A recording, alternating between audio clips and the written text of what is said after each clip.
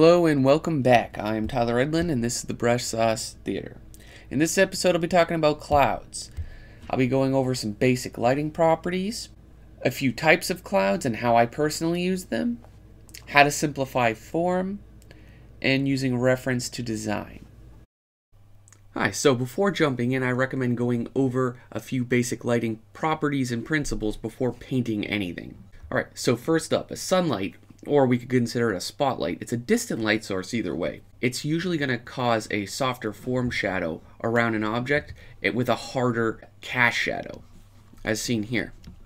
Now, alternatively, if we have fused lighting, right, we have the sunlight up in the sky and it's hitting lots of clouds. Think of an overcast day.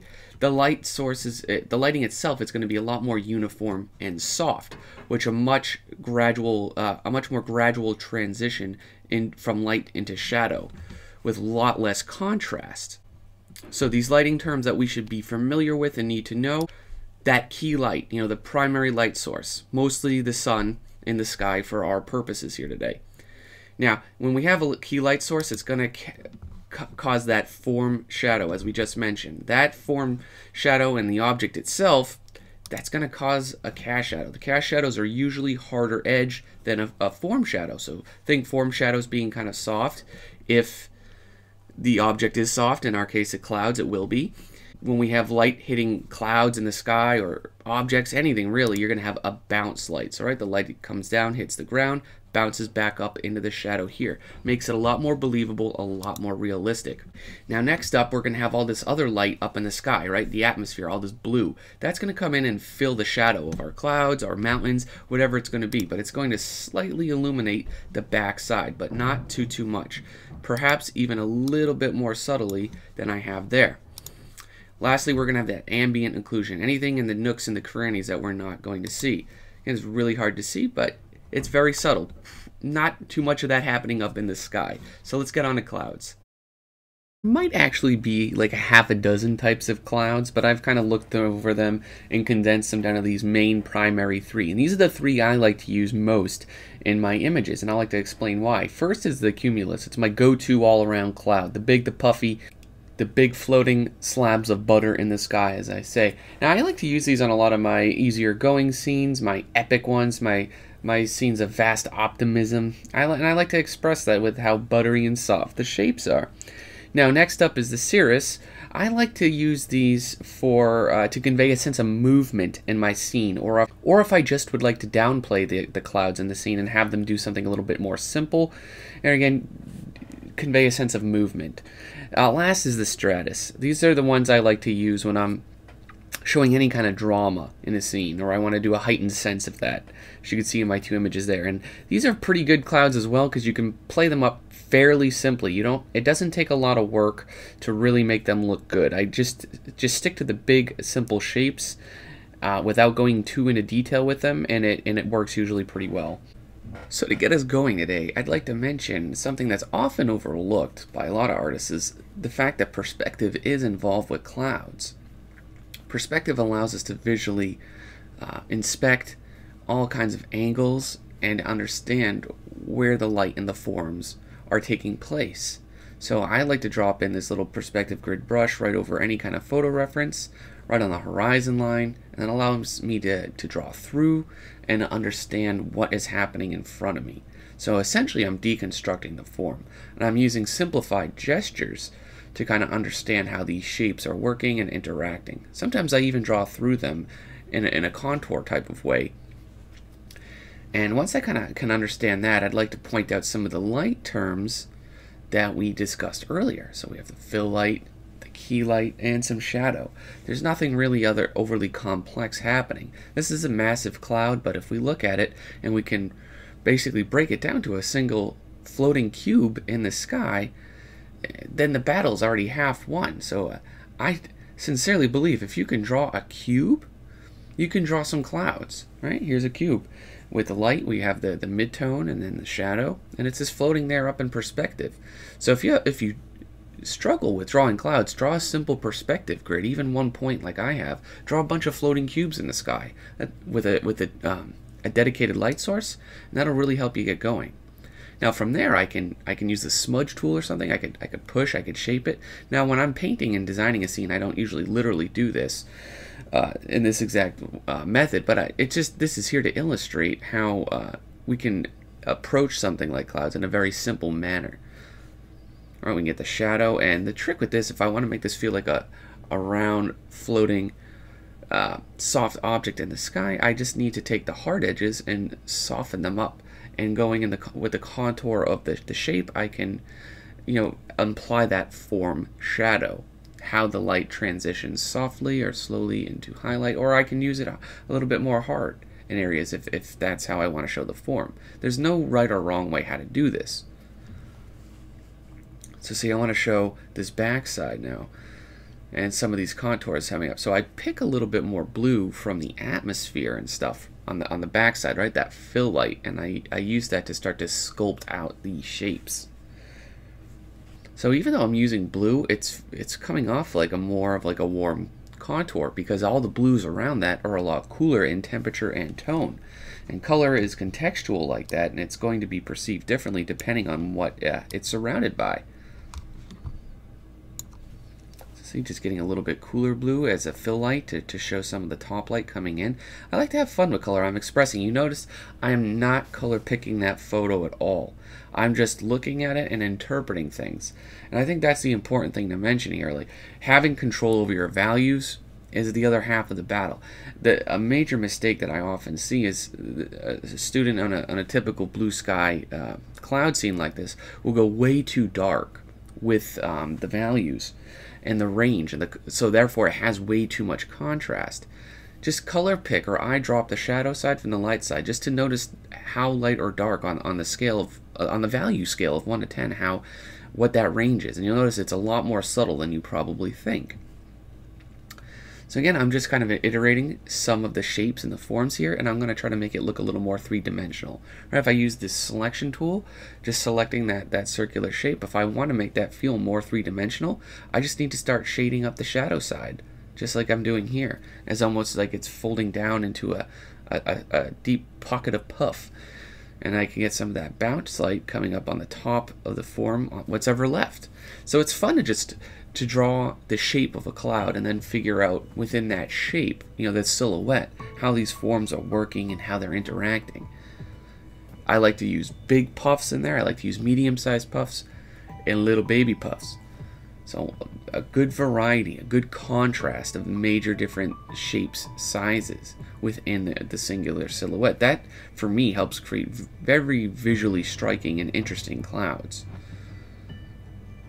I'm trying to do anything but be repetitive with how I'm conveying shapes, lines, and forms.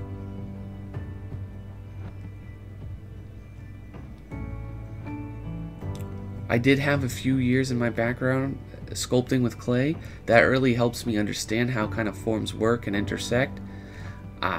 That may benefit you as well if you really struggle at this stage drawing one simple cloud. And the other thing I'm doing here too, which is see, I'm looking at the reference, but I'm not trying to copy it one for one. I'm just looking at the information, I'm processing it, and I'm again reassembling it in a more in a different way. Who's to say it's better or worse? That's subjective. But at least I can go from a photo reference and not do it one for one. I can use it to shape and design a scene as I want. Now, let's say this is over a grass field. Sometimes what I like to do is account for the bounce light, the sunlight hitting the grass, coming up underneath her. So I do like to put a little bit more greens, a little bit more yellows into my shadow side. That's optional, and it's something I do. I over-exaggerate it. We're not going to see the bounce light from the green coming way up a few miles in the sky hitting the cloud, but it's something I like to embellish, and it's a nice contrast. Now let's talk about some cast shadows. So let's say if we have a little cloud here, right, and it's just floating next to this big pop of cloud, it's going to cast it. I want to say for this demonstration, it's going to cast a shadow. So cast shadows, often in this case for me, are a lot harder in edges, right? It's a lot firmer, and then it's it's going around the form. So that in this particular scenario, the form shadows are softer, and that's why they're gradient, a gradual transition. And with this, you get a nice bit of that blend, right? The cast shadow, just like that.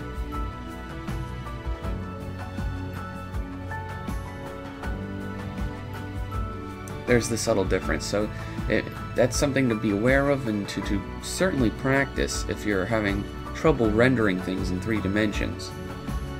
So let's have fun with this now by design. Let's really look at that reference and then just embellish the shapes. So for me, sometimes what I like to do is draw the shape of something based off this perspective grid, but I'm only drawing the bottom of that cloud.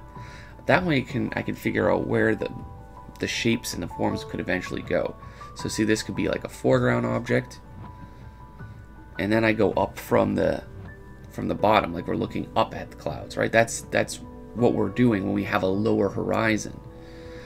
Alternatively, if I had a high horizon, be looking down at the clouds, like we're in an airplane, the perspective would be the reverse. So yeah, I get to put the front form on this cloud. Again, I'm starting with a lot of these shadow tones, and I do that specifically so I can just paint the light sides of the form wherever I need to, but at least it's working as a shadow. But it is the highlights that will really get a lot of these shapes to pop the way we like them to. So I'm looking at the positive space of these, I'm looking at the negative space of these, I'm looking at the size, the shapes, the arrangement. I'm having a lot of fun just designing cool shapes. And like anything, I could turn these shapes into anything, but again, for this week, they're clouds. Having cool shapes is a great way to start nearly anything. If I draw boring shapes, the image will look boring. So I'm trying to make these really fun and interesting. Little bits of highlights on them, and you'll notice we get less and less in perspective the closer they get to the horizon.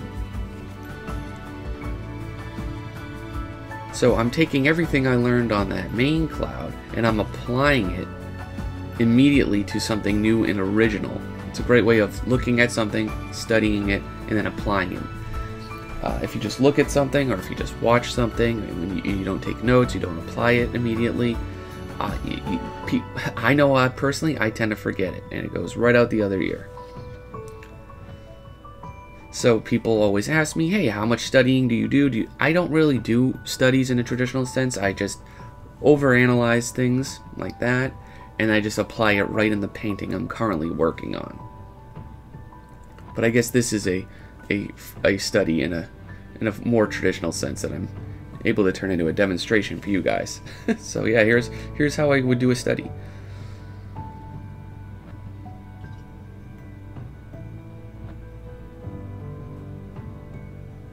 See, I always go with the contour of these shapes too. That kind of helps sell the form, I find. As long as your lighting's consistent, that's a huge part of it as well. But let's take a little bit of a time lapse now, so I could just skip painting this this boring water for today.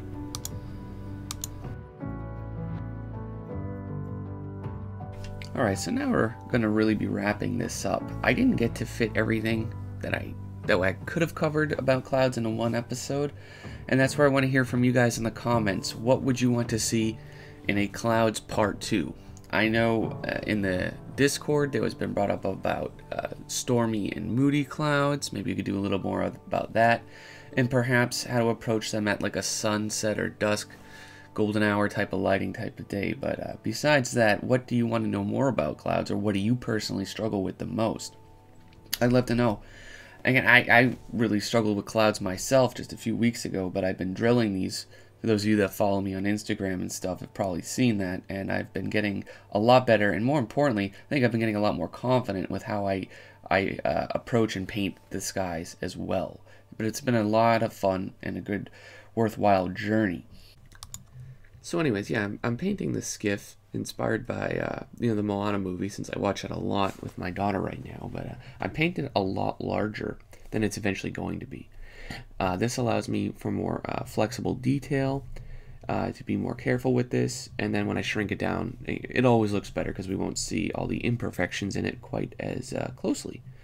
So yeah, I like to put something like this, something man-made in to sell scale, to have some sort of narrative.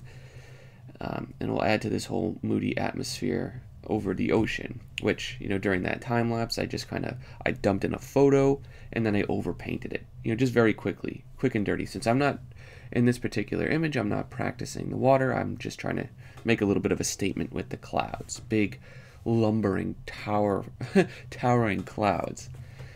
But yeah, it came directly just from the reference, so I hope you watch this. Be sure to subscribe if you want to see more. Alright guys, now to sum things up. I prefer to study everything intently. If you go and blindly copy the world, you're just regurgitating something and you're not learning the best you can from it. Clouds, like most other things, do have some kind of form. Now if you break down these complex elements to these primitive forms, that'll allow us to understand and deconstruct it. Only then, by deconstructing things, we can understand it better and we can rebuild it and arrange it in more visually interesting ways. And some closing thoughts, just have fun with clouds, study them and then shape them by design to make a statement, to invoke an emotional response from your viewer. That's what always gets me the best results. So best of luck everybody and take care.